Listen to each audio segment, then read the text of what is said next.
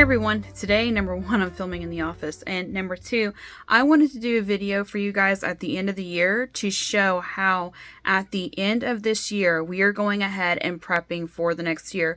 So our spring school semester is supposed to be very, very busy. I have two graduating.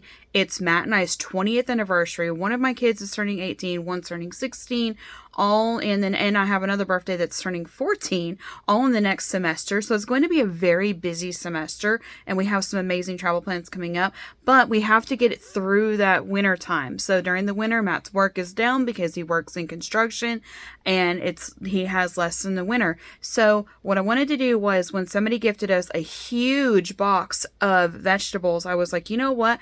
I could cut those up and freeze those for the winter. So here's a video with some music, probably something jazzy, because that's what I like this time of year. I'm just going to be showing how I took a big box of vegetables and prepped them for us to use during the leaner months of winter.